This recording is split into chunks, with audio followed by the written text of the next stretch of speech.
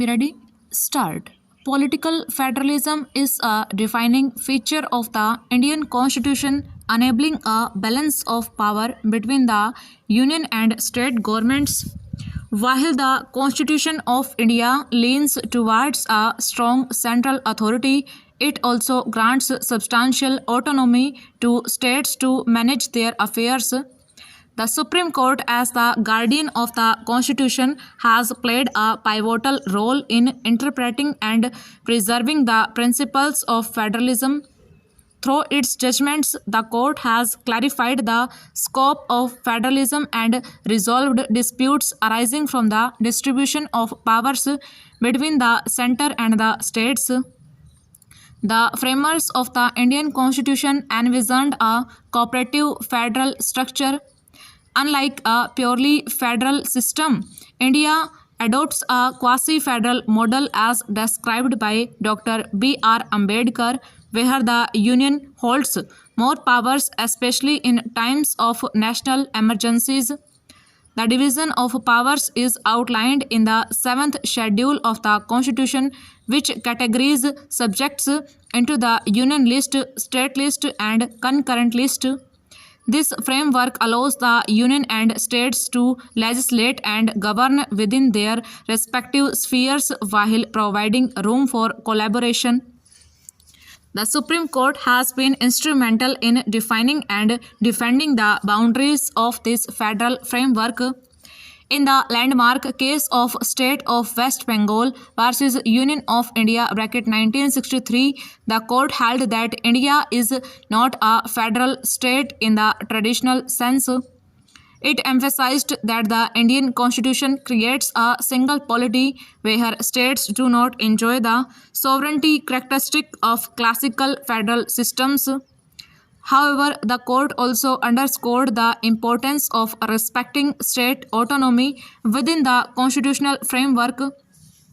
In the context of legislative powers, the Supreme Court has frequently addressed conflicts arising from the overlapping nature of the union and state lists.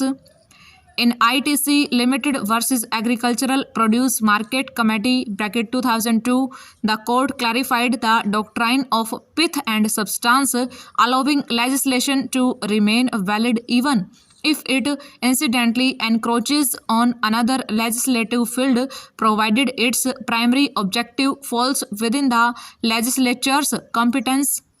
This doctrine has been a cornerstone in resolving legislative disputes.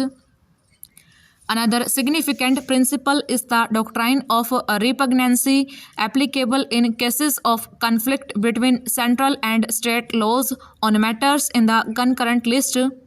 In M. Karunanidhi versus Union of India (1979), the Supreme Court ruled that if a state law is inconsistent with a central law, the central law prevails. However, the court has also ensured that state laws retain their validity unless expressly overridden by Parliament. The court has played a vital role in adjudicating disputes related to the division of executive powers.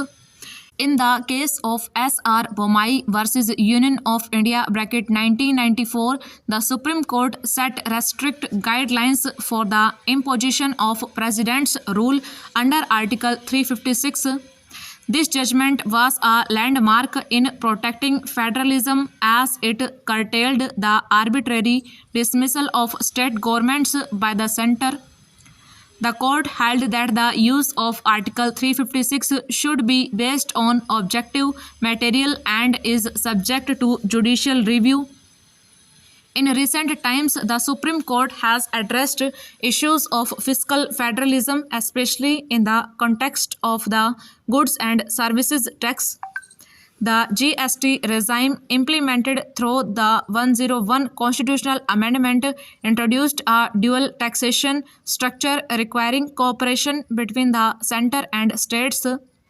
The Supreme Court, in cases like Union of India versus Mohit Minerals Private Limited (2022), has interpreted the GST provisions to ensure a balance between the fiscal powers of the center and states while promoting uniformity in taxation. Disputes over the sharing of natural resources have also tested the federal structure.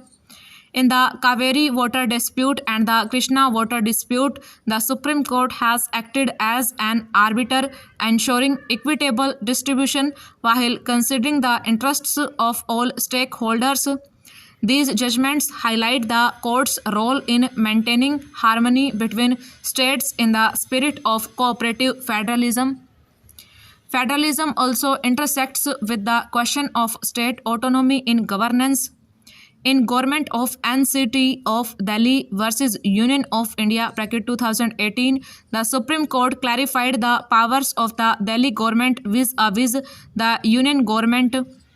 The court ruled that while Delhi has a unique status as a union territory, its elected government must have significant control over its administration except in matters especially reserved for the lieutenant governor. The judgment reinforced the principle of participatory governance. Over.